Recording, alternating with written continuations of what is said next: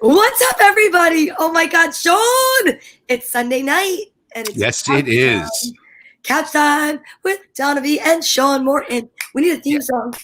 We do need a theme song. It's got to be something upbeat because, God forbid you weren't upbeat for 3 seconds of your life. I can get dark. Oh, God. Let me just tell you. It's been a little while, right? I know it's been so long, and I know you've been really busy with your stuff, and I have been with mine. But I was so pumped when you were like, "Hey, couch time." I'm like, "Yes." Yeah, we had to do it tonight. And I think the reason we had to do it tonight is because I think we really need to let everybody know who wasn't at that show last night just what that show was about. Oh, I was so excited when you said want to do it, and I knew that it was going to be part of that because last night was magical. Yeah. And I'm gonna start about the show. Now, we are not performing as much as we like to. No. So what comes with that is you go to a dark place because we are so used to that, and this is our outlet. I've been very lucky that I've been able to perform as much as I possibly can.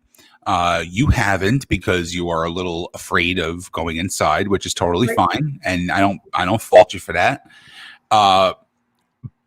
But going into yesterday's show, I said if it was anybody else's show, I probably would have canceled. Really? Yes, I probably would have canceled How yesterday. I just wasn't in the greatest mindset either, and it's a lot of stuff that was, taking up space in my head. Yeah. And I was in my head more yesterday from, I would say, 1:00 in the afternoon, basically until I heard you say my name and I walked and grabbed the microphone. Now, let me just preface, let me backpedal a little bit. You went up there, and I know, you're going through your own thing too. And because we talk off the air, there's some things that we don't have to talk about on couch time. Right. But me and you will talk personally about that. And, I try and help you, you try and help me. And it's a beautiful part of our friendship and our relationship. And I knew where your head was.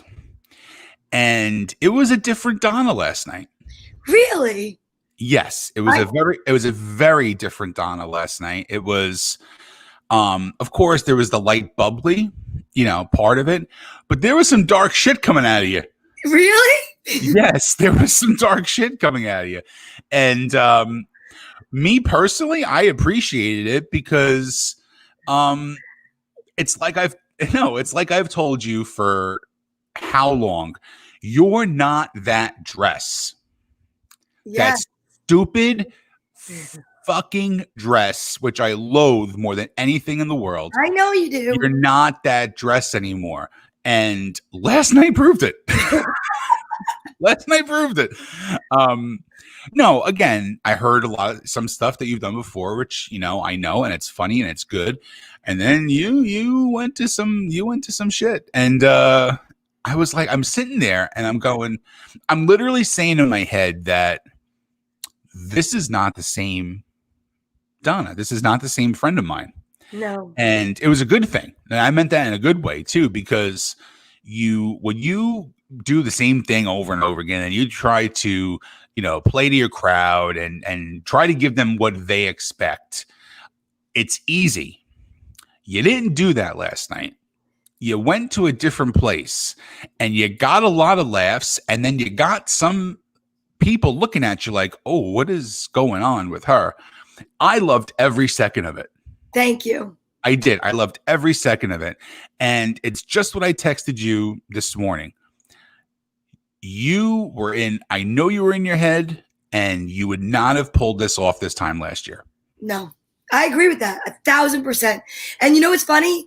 A couple weeks ago. So literally when I say to you, I think I've done 5 shows, maybe 6. I did the first 2. No, I think I've done 5. I did the first one that we did together at where we were last night. Town Pub. Then I had the show that you had at Tiff's. I felt very confident. That was a middle spot. Okay. And the following week, I hit my car on the way out of the driveway.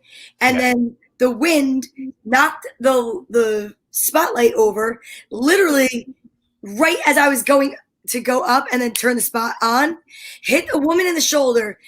I was so in my own head.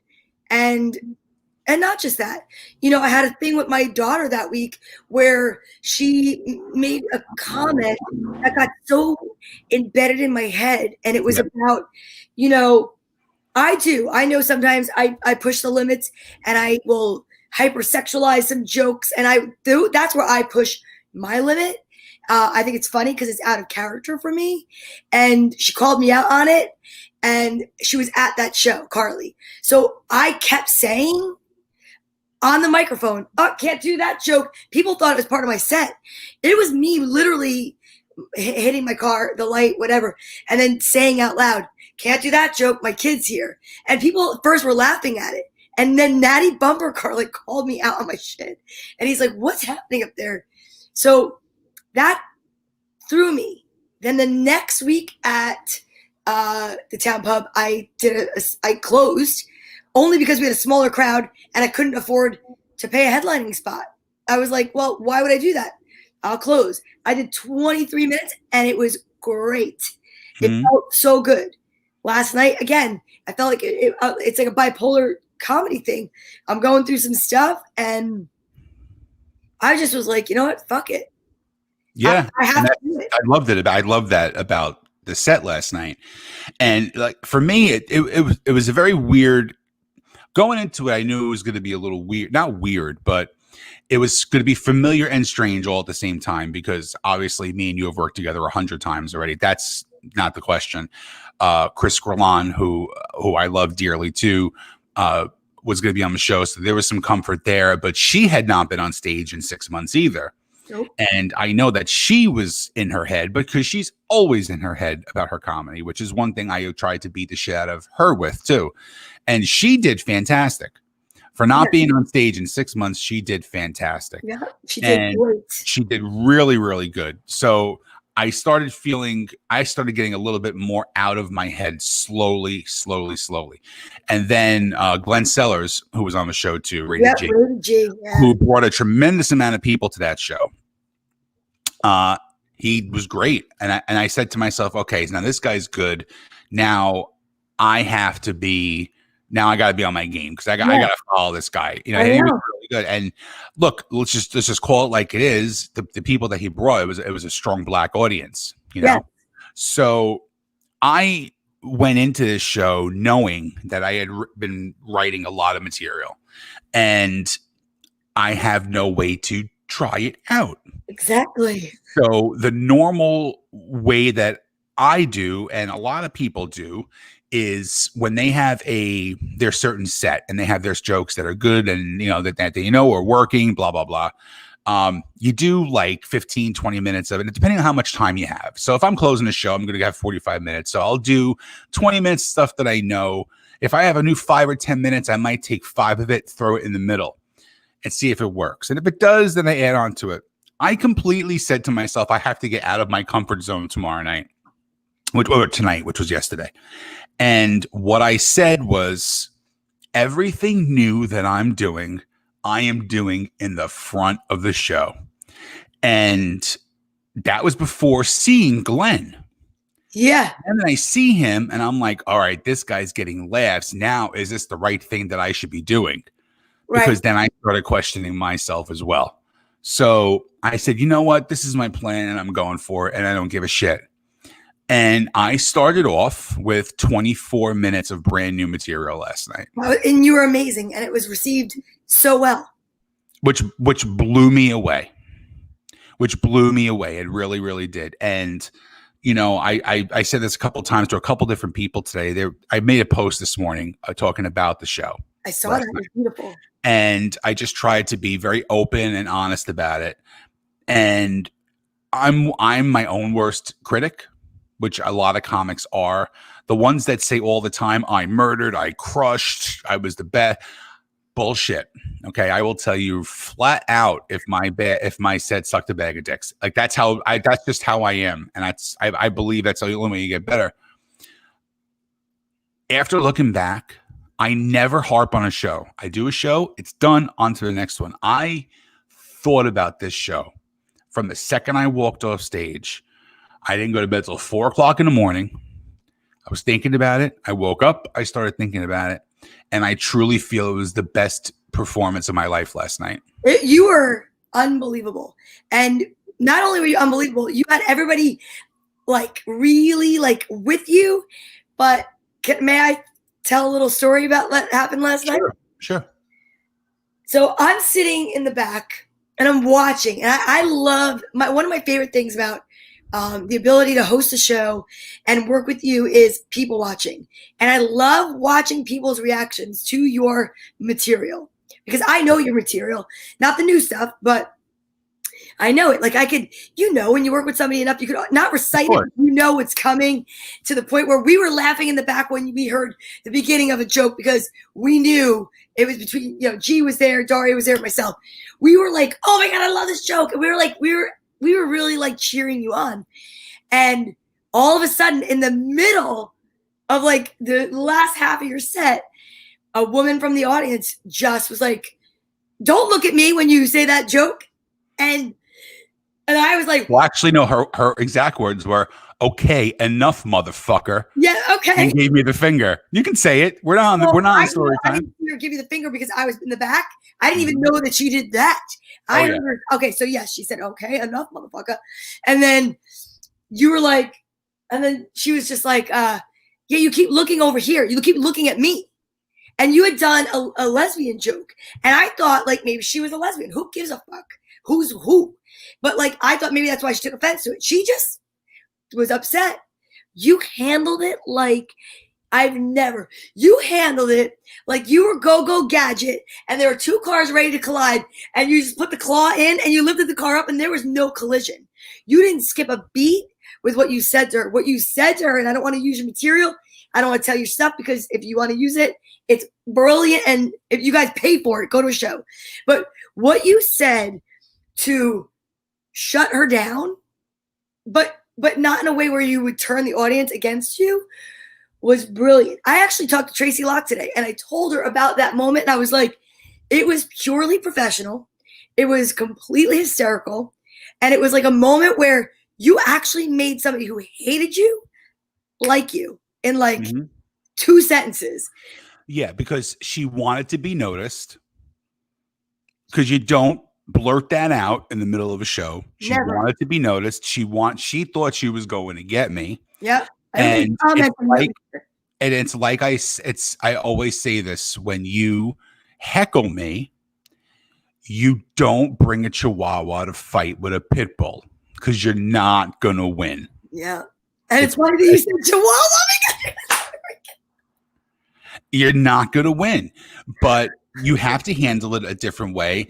And if you noticed, I didn't rush through it. Nope. You took your time. I simmered it. I built it up because all I had to do was just drop the C word and that would have been it. You know what I mean? I would have turned the whole audience, which I really wanted to, believe me. But I knew exactly where I was going with it because it's an actual joke that I had, but I spun it into crowd work. It was brilliant. And after the show, she looked at me and turned her head and walked away, which I didn't give a shit. You know what I mean? Yeah. But someone that was there Dawn said, she actually upset the crowd because everybody in that room was on your side. And I agree. And I knew that. And she said it was unnecessary. And it's so true because I could see if you, like, we've all had this experience, I think, where you've worked with, experience being in the audience of a really offensive comic. Yeah. Where they're not even being funny. They're just being completely offensive. And the wild thing is that's not what it was. You were being funny, engaging, and you were working the room like you always do. And I'm not just saying it because I'm your friend. It was obvious. The chemistry last night, even though you're right, it was a dark place. And I just want to say this too. I purposely asked you to close that show because I knew of the timing without knowing the outcome of anything politically, and we don't even have to get into politics. That's the only statement I need to make. I knew I needed a strong closer, and that would be you, because I knew you could handle an audience that was going to be in any mood because of it. Last night, it was the most mixed crowd I've ever acted. It was a definitely mixed crowd, yeah. And it was perfect because everybody laughed at everything. There might have been a moment or two where maybe it might not have sit with somebody here or there, but that's in any crowd. But everybody last night was like, it was like nothing was off limits, and everybody laughed. Yeah, and the thing about doing that show yesterday, I did something I never have done before, and I actually talked politics. Yeah, Paige, I have never done it in my life because I don't believe in talking about religion or politics. And what did I do last night? I brought in religion and I brought in politics. Yeah. And again, very, very out of my wheelhouse.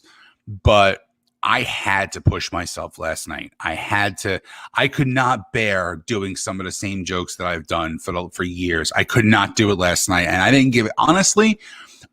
give a shit if everything bombed last night, because I had to get it out. And then, but again, the second you said my name and I grabbed the microphone, it all went away.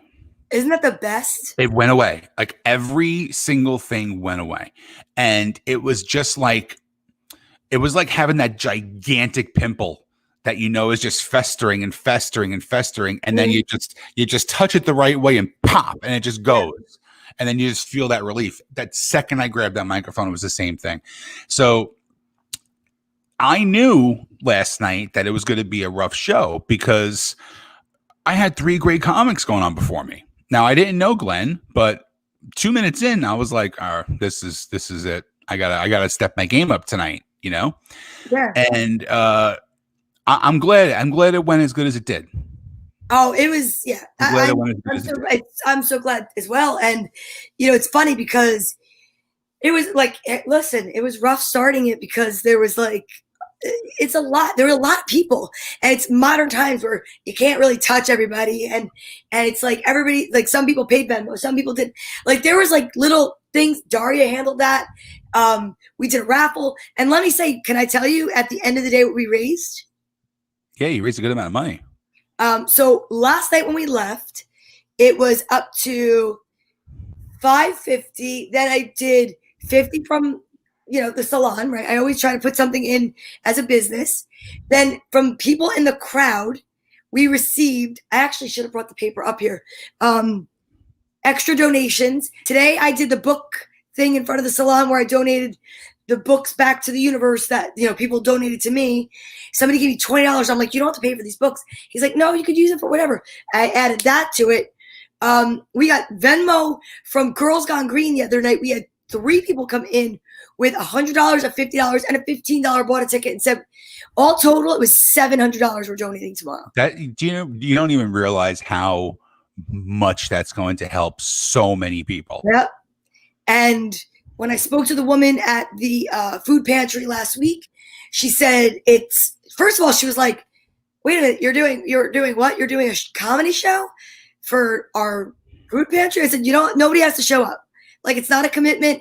I know it sounds weird, but I just, because I had actually called her to find out if I could donate books. Like if they had something for the kids, or they wanted to donate the books to kids with the food, and they can't, because one of the hardest things right now with all these fundraising, all these charitable organizations is with COVID. First of all, who has money to dip in their pocket for extra stuff?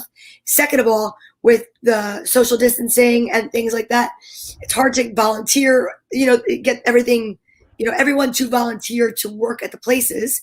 But I'm just so proud of us as a community. I will say that all of the people that we work with, Glenn and Christine, draw a great energy and a great crowd. Everybody in the audience last night was there to laugh. I don't know. For me, it's like I don't know. I know that this is like part of what I was put here for. I know we talked about it, like a couple months ago, and we were like, you asked me, do you think you're going to go back to comedy? I was really nervous. And I was really like, I don't know. And now it's like, I could never not do this. Right. And everybody has their reasoning for it. So there's people who just like to have fun and go up, and they don't give a shit about making a penny from doing comedy. More power to you. Then there's people who love the art form, and they study the art form and they practice it, and they make it their own art form, which is great too. There's people who are trying to make it their full-time career, and that is literally like taking a grain of sand and throwing it across the beach and then trying to find that grain of sand again. It's almost impossible to do it, but we're doing it. And then there's people who also, like you, who not only love to tell jokes, love the art form, appreciate the art form, but you want to give back. And that's very rare. And one of the worst things about this industry is that everybody is very, very, very quick to take. Yeah. But they do not want to give back. Yeah. And that's one thing I applaud you for, because thank you. Well, it's important because, people can say $700, that ain't a fundraiser. Dude, we were in a parking lot behind a bar under a tent with a friggin' furnace blowing Satan's asshole hot air in my face while I was on stage. Okay. And you raise $700 for people who don't have anything. And I pay my comics. And you paid the comics. Exactly. And it's not like some places where you're like asked to do, a charity. And listen, no disrespect, but, if you can't pay people to be there for their job, that should not be what the charity is. Like, it should not be. Right. And look, we've all been. Sometimes I know it has to happen. Yes, we've done it. Look, you did it for me last year for my friend who lost his house. Yeah, of course. And I didn't take a dime from that show either. And everything went to him. That's fine. I understand that. But when you have a charity who is trying to raise $100,000 at an event, and there's 3 comics and they're saying it's good exposure. No, it's not. No, it's not. It's my job. Yeah. It's my job. Exactly. But look, if there comes a time when you said to me, look, we need to raise a fuckload of money, and money's tight, you never have to ask twice. I know that about you. And you have a lot of people who will do the same thing. Yeah. Because that's what we do. We help each other out whatever way we can. Of course. Listen, the only reason why I said that is because if we didn't pay the comics, I'm saying you'd raise that much more. So I'm proud of the fact that we raised $700 and the comics still got paid. Right, exactly. That was my point. And I will say this. I said to Tracy on the phone today because, there's like some crazy stuff going on, but whatever. But I said to her, you know what last night was like? I was like, it was the first time like this wild analogy came to my mind. She goes, you have to tell Sean. I said, it was as if someone gave me a can of black paint and I wound up painting the most colorful painting of my life. It was like, where did it come from? I don't even know. And like even going up to do pre-show warm-up, I mean, I could feel the, people were. It was a tough crowd. They were like waiting for it to start. Some people, I was asked to take a drink order at one table. I'm like, it was tough because everything right now is under stress and duress. And that is something else that we have in common that I love is that, we went in that room and for that, you did over an hour. And I looked around and I was just like watching everybody laugh. No one was like saying, oh God, come on, when is this going to end? And everybody was with you. They were on board, which was beautiful. But everybody in that room, the rooms that we're working right now above and beyond any other room, call it a room, call it a tent, call it a parking lot, whatever you want to say, everybody's under stress. Like never before in our career have we ever, and it spans way longer than mine, but think about that.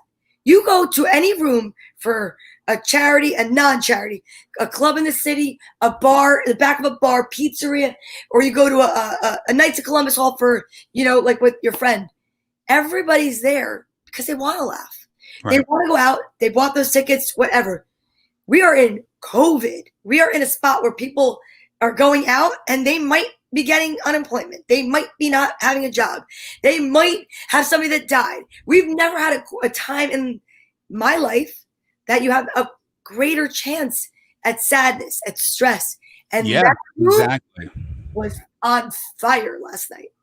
And the thing that I really was thinking about too is everything we had going into that show last night was setting us up for disaster. Yes. You were not in the right head. I was definitely not in the right head. Chris was getting anxious because she's normally anxious. If she works every weekend, she's anxious. She has not been on stage in 7 months. I know. And then Glenn was the only one who had a full half audience for him. So I didn't really get his vibe. But it was that we ran very late starting the show, which we never do. That's one thing I always love is if you have a show, 8 o'clock, by 8:05 we're starting. We didn't start at 8:42 last night. No. So we had that audience there for 40 minutes after the start, the said start time. Right then, I knew you were going to have a hard time because they're anxious. They're like, all right, let's get this shit going, blah, blah, blah. You did great. You bring Christine up. She does great. Glenn does great. And I got up there and I don't know what happened during because I literally I had no track of time. I looked at my watch and I said, holy shit, I'm at an hour. I should probably stop. And I heard people going, no. I know the audience was like, no. I'm dead serious. I almost started crying because it was an emotional day to begin with. And when I heard that, I never experienced that. And I had to really compose myself extremely quickly because the last thing you want to see is a fat lesbian soccer mom crying behind a microphone. I know. Somebody wrote that too. They wrote something about that they wanted more from you. And I know, where was it? I wanted to show it to you. I didn't want to interrupt you, but it was amazing how people were going crazy. I literally felt like I could have went another hour last night. I probably What's that? Yeah, right. It was like In-A-Gadda-Vida. But yeah, it was I can look back and look, I've done a lot of great stuff. And I'm only doing this 12 years. I'm still a baby. I'm still a baby. I totally get that now. I'm still a baby. I've done weeks at casinos. I've done cruises. I'm in the Friars Club. I've roasted Gary Busey, all this shit. And a parking lot under a tent in the back of a bar in Belleville, to me right now, was still the best show of my career last night. It really was. House, Bloomfield. Boop, boop, boop, boop, boop. But I agreed. It was... And I was so happy to be there. And I got to tell you, to go back to that moment really quick where that heckler said something to you. Mm-hmm. I never saw your wife, G, so tall in my life. She was sitting on a bar stool. She shot up. She looked like a glamazon. She was ready to take her down. Yeah. Yeah. I saw a side of your wife last night that I've never seen. And it was hilarious. Oh, yeah. Oh, yeah. There was one time when we went to a concert, years ago. We were probably 15 years ago. And it was my favorite band, Life of Agony. So we went 3 nights in a row. So the first night was great. Second night, we're walking out. And this woman, I can only describe her as a big bitch. Tall. She was as tall as me. And she started talking to me on the way out. And she was like, oh my God, wasn't that a great show? She was being all flirty. She whipped her around and went, he's with me. And she had to look up. This woman was 1.5 feet taller than her. She scared her out of her fucking pants and she just ran away. That's hilarious. There is that side. There is that side. Last night. That was nothing. Oh, that was nothing. So last night, I want to ask you this. So that is funny that you said that I got dark. Yes. Because I often kind of go back and forth over which persona I should go with, or I don't even know if persona is right, but I have some dark stuff within me, and I usually don't bring it out because I'm told, or I have been told as a female comic, that you have to work really clean, you have to work this, you have to work that. And I don't know, but sometimes I like going a little bit dark because I feel like people don't expect it from me. Well, the first thing you have to stop saying is female comic. Okay. It's bullshit. And I'm a firm believer in that. When people go, and this is a whole other topic, okay? And we're going to talk about it now because now you mentioned it.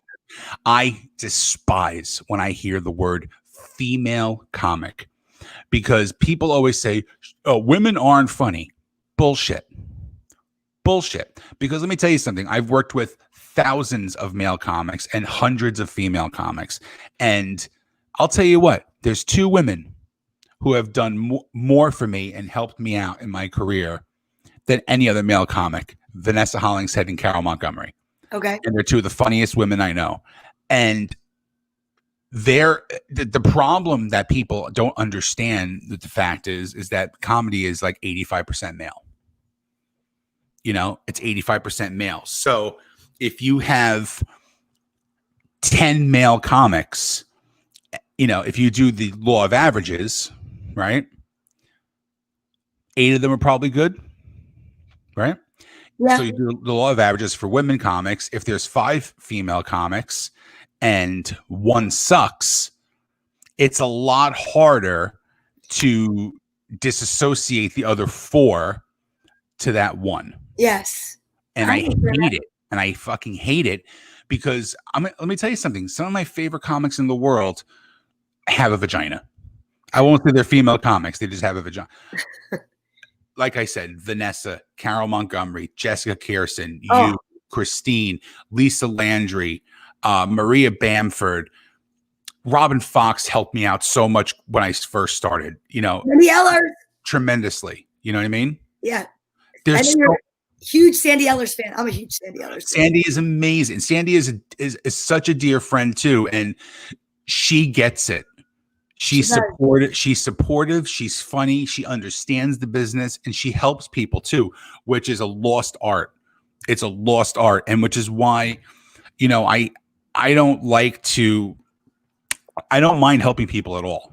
I love helping people, but I like to do it when I know that people appreciate it.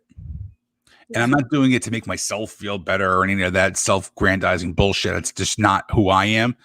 But, I've helped you and you've helped me. And, you've worked with Tracy, who, again, one of my favorite comics on the planet. Look, she is, I said this to her face when I've booked shows with her. I will never follow her. She's got a zip and an energy. I'll never follow her. I'm not intimidated by any comic on the planet, but I also know that there are comics who are just on a different level, who are nonstop. She's one of them. I don't want to ever follow her. I mean, if I have to, I have to. You know what it is? Because I work with her all the time, right? So it's like you guys are my bookends. I swear it's like you can't say the angel and the devil because I wouldn't say that. But what's up, Joe Fernandez? Sup, y'all? Speaking of comics, I have to say, like, there's just, she's like, don't turn on your audience. Be really super clean. You're like, do whatever the fuck you want. So it's like, I love hearing both of your takes, and working with both of you has really pushed me to do what I'm doing. But I know what you mean, because she's so super likable and funny. So it's like, if you have to follow her, it's like you're like a confectionery sugar following like a whole cake. Like, you're sweet and you're good and you're awesome, but it's like, whoa, they just all had cake. Yeah, exactly. It's almost overkill. And there's times where I can be a little more animated, and there's times where I can, like, I wasn't animated last night. I was more just, I was getting my shit out and getting my point across last night. But she's like the fucking Tasmanian devil, bouncing back and forth and being funny at the same time. Because I remember names. And there's a lot of people who, use that gimmick of just doing that kind of and I despise that. I despise it because it's a lack of just being able to write, and they use that as a crutch. But she is animated and has the shit behind it to back it up too, which is why, again, for the record, I ain't following Tracy Locke. It's very simple. Okay. I get it. I get it. So yeah, it's interesting when you start comedy out and you're in a really high mood, like in a good mood versus a low mood. But it's cool to see what comes out of it. Yeah, and like I said, both of us, very dark place yesterday. So wait, I give you an example. You don't have to tell a joke that I said, but what would you consider a dark place for me? It wasn't a dark place, but it was darker material. Like when I said I'm going to masturbate to the crowd's sound of laughter.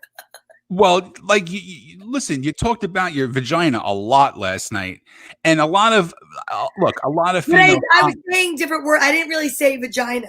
No, you didn't. No, you didn't. Hear that. No, but there's a very different. Again, this has to go back to the stupid female comic thing, but it's a lot of my vagina, like that kind of stuff, and that is just ridiculous. It's like telling dick jokes. It's useless. It's horrible. But like you were talking about, jerking off with a shower head in the shower, and I'm like, oh, that's kind of a visual I don't want. This is my buddy. This is like my best friend. Like I don't want to picture this. I can never go to your house and pee because I'm going to pull the curtain back and I'm going to look at the shower head. My lover. Yeah, I can't you ruined part of the friendship in the fact that I'm going to have to either make sure I pee before I come to your house, or if I'm at your house and I have to pee, I'm going to have to cut the visit short because I can never go in your bathroom. Just so you know, you wouldn't go in that bathroom. It's not in the first floor bathroom, so you're safe. But what if one of your daughters was pooping downstairs and I really had to pee? I would have no problem running upstairs and peeing in that bathroom. But now I do have a problem. Now you've complicated things even more. Well, you know what? Life is complicated, Sean. Yeah, it is complicated. But listen, I have a very small bladder and I have to take these kind of things into consideration. I know. But yeah, it's like, it's so funny. The first time I ever did that joke was in the city, and there's a whole different ending that goes to that joke, but I was using it in between a set, I think, or was it in the beginning? I don't remember. But it just, to me, there's an easier way to bring the joke up now than there ever was, which is, people identifying as something. And the crowd really was with me on that. And I never had the crowd react like that when I was like, yeah, these dating apps, you got to identify. Identify as what? Heterosexual, homosexual. And that's where the joke came from a long time ago. But when I didn't even get that part out, I just said, why do you have to identify? And the crowd was like, that's right, girl. I was like, yeah. I was like, wow. That's why I was like, wow, it's a revival. Dawn asked, can I book more locations? Dawn, here's the thing.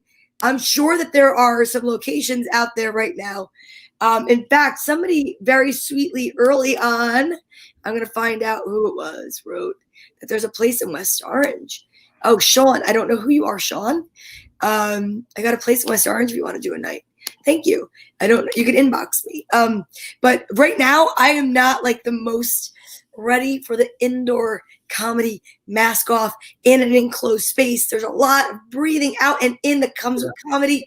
I get it. You saw me. I had the spray, the condoms for the microphones. I'm masking up, and it's I know one of the biggest questions or whatever we get is, well, how come you're in a tent that's the same as outside? No, it's not.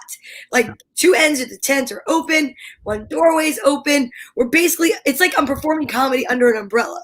Yeah, that is not like performing comedy in my car to get out of the rain. And that's a personal preference too. I'm booked the next 2 weekends at comedy clubs, and I'm going to be inside. So I'm fine with it. Because look, I take precautions when I go out, and I know I'm safe. And I've gotten COVID tested already, so I know if I have to do it, I will. But that's a personal preference. So if you don't want to do it, you don't have to do it. It's your full-time gig, right? So the difference is, for me, I have a business, I have a salon where if I am going out to do comedy, I have to do it in the most responsible way. Because I've had clients make comments and say to me, "Oh, I saw you had your mask off for some of those pictures," and I'm like, "Oh man, like people are watching everything." Yeah, And you're under a microscope, absolutely. I respect that, but I cannot take a risk for me personally to go and perform inside and then maybe lose time at my first primary career. It's a different situation, and unfortunately with that situation, you have to realize that probably last night was your last show until March. See, I would work in a parka because but those theaters were pretty amazing. They were, but you can't expect people to sit outside in December and January and February for a comedy show. I would be the first person to say, "Go fuck yourself. I'm going to stay home." See, very simple. Yeah, I don't know. I mean, I'm gonna figure it out. If there's like a barn somewhere with some sides open, maybe. I don't know. I don't know, but that really it's a hard call. It's a hard call. It really is. That was a happy, sad moment for me last night. Yeah, I get it. Yeah, I know. Dawn says, sensitive topic. Ticket prices should be higher. You're worth it. Stinky movies cost more.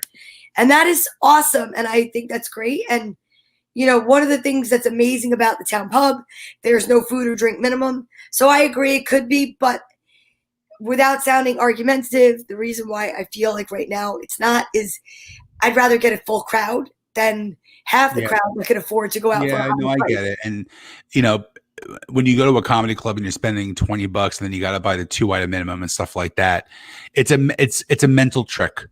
It's also like a subliminal mental trick when it comes to just dropping your ticket price a few dollars, because then people will say, well, shit, it's only $15 a ticket. Listen, I'll get a burger and a beer.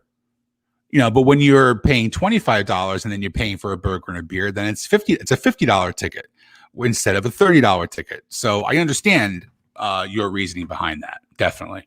Yeah.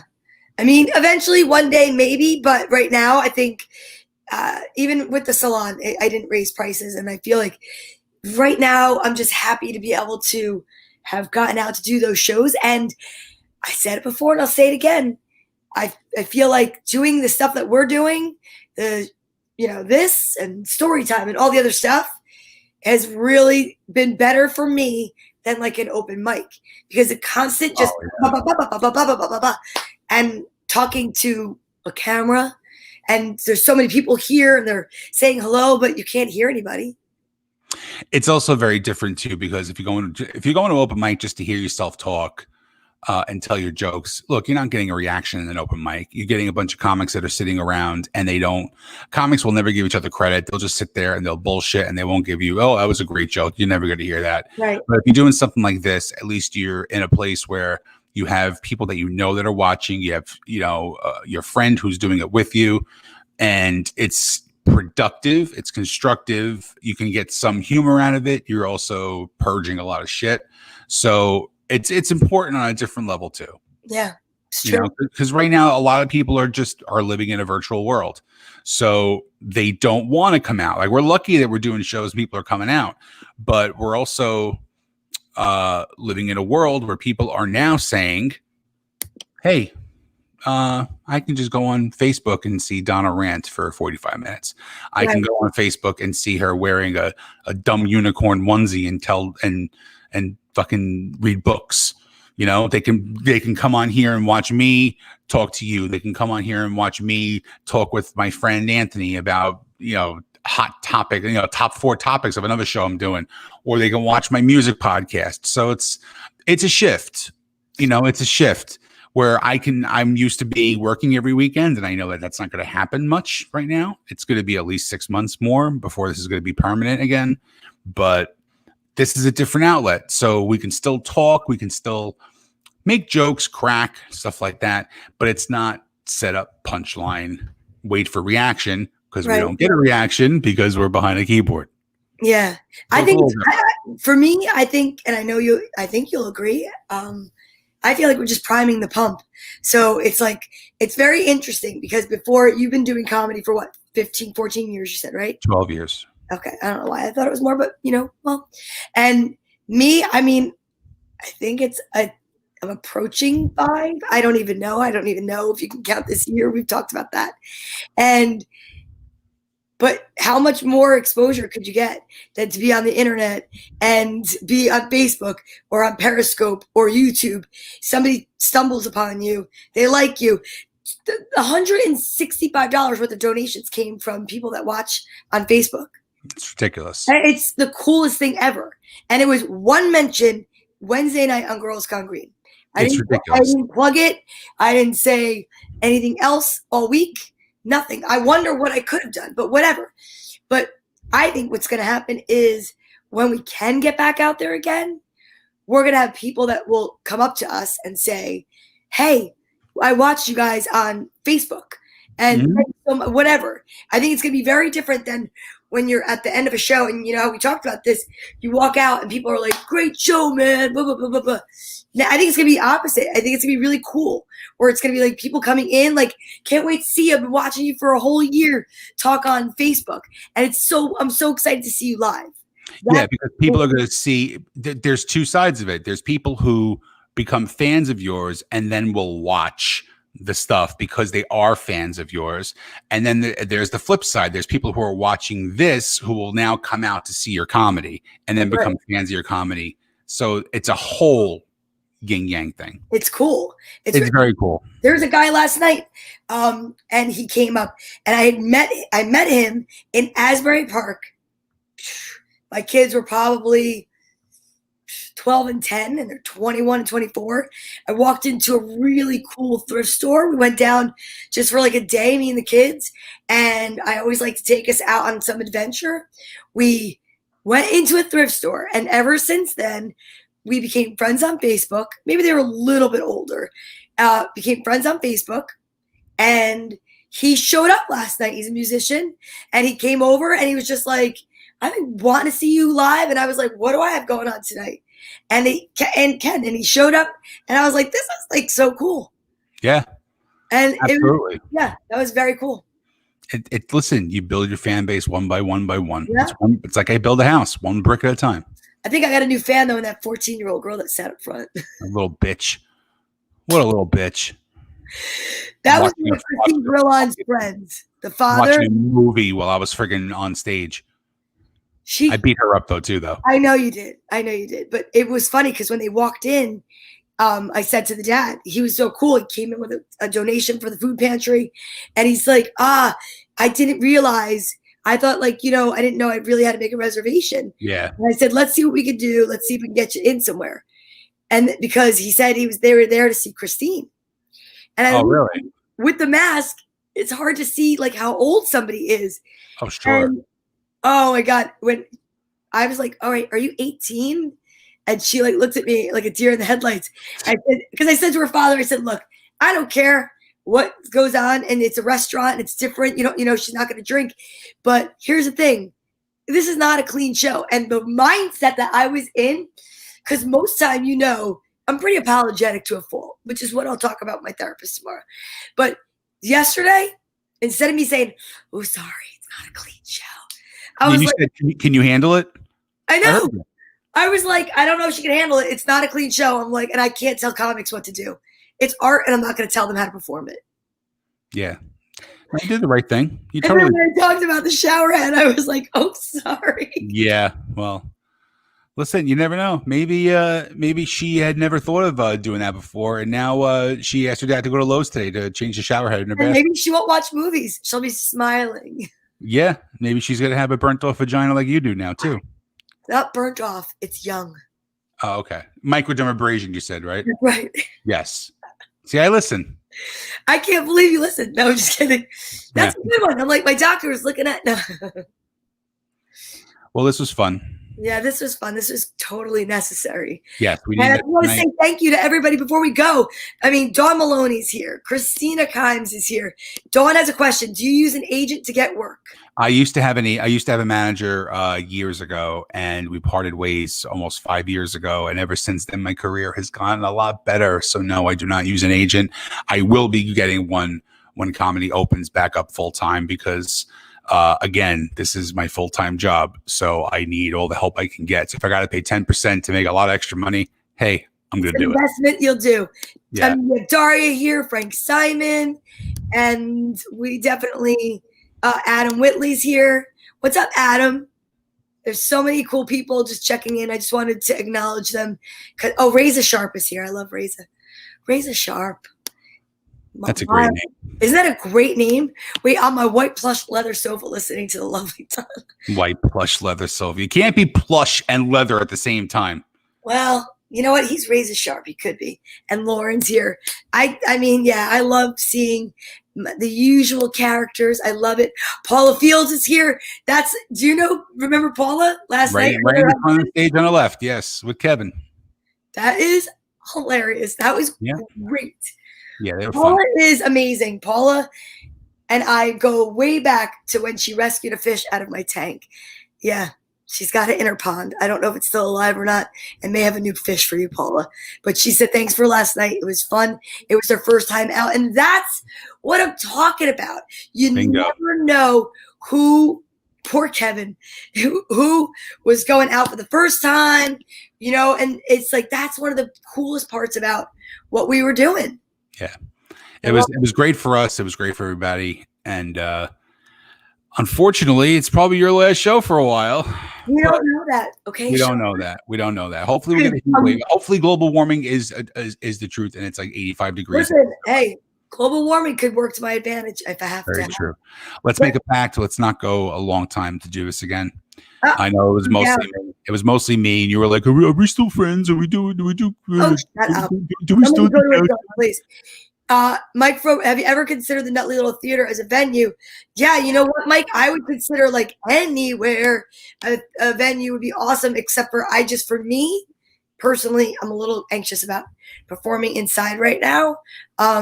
So outdoors is where it's at, and that's why Sean was saying that. But I will tell you, Rami said he's going to let me know. He's going to give me a call. I mean, I told him, you look at the weather. What else do I have going on? It's not like I have tons of stuff going on. It's not like that. And that place is easy to fill up with really fun people that are local. Absolutely. Get a couple of local comics in. We can have a showcase. It'd be great. And I got a headliner if you get another show. Oh, you do? I have somebody in mind for you. We'll talk about that there. All right, cool. All right. Well, we'll see what we'll do this next week. I'm sure you have another 9 podcasts you have to do. Yes, I know. Exactly. My mother's there. Hello there, Ma. Yes. She just lost now. All right, guys. It's been great. It's been real. It's been real great, but we're going. I'm going to watch football. Did you see the Steelers game, by the way? I didn't watch any football. I refused to watch the Giant game today because I'm very disappointed in their season. And, of course, they win. Maybe that's the ticket then, Sean. It might have to be. I may have to start thinking like a Jet fan. Just think of like the worst is going to happen every single week, and maybe they'll just turn it around. Exactly. Well, I can tell you something right now. I was using my jinxes on the Cowboys, and every time it would work, I'd be like, the kids were laughing, and I'm like, I just helped the Steelers win. Steelers are my AFC team. Well, they are now 8-0, and I'm so pumped. Yes. And Paula said the Giants won after I was making fun of her husband for the Giants. And I helped. I agreed with Kevin on that one. So Mike said I ate way too much today. Well, yes, Mike, because the day ended in a Y. That's why. So Mike, my dear friend, my talent coordinator for Hoosier Band. Oh, is that really true? That's amazing. Yes, that is true. Mike has gotten us some really solid guests. He's gotten us, let's see, we had Scott Schwartz from A Christmas Story, Johnny Kelly from Typo Negative. We got Robert Tepper, the guy who sang No Easy Way Out from Rocky IV. Wow. Billy Vieira, who sang At This Moment. I love that. I saw that, yeah. He's gotten us so many. So yeah, he's become a really good friend of the show, of all of us, really. Very supportive guy. And I mean, I'm still making him pay tickets if he comes to Bananas next weekend. But well, I will tell you this. if I were to go anywhere indoors, I'm considering Bananas next weekend. I'm nervous about it, but I want to say that Mike Masiello, the coolest part for me is I'm now allowed to say Penelope Rose's name on my Good Morning Storytime list. Finally got permission to say hi to Penny. Very cool. All right, let's wrap this up. All right, let's do it. I'll see you soon. Yes, we'll see you next week. We'll do this next week. Yep. Love you. Love everybody watching. Thanks so much. Have a great night and talk to you later. Later.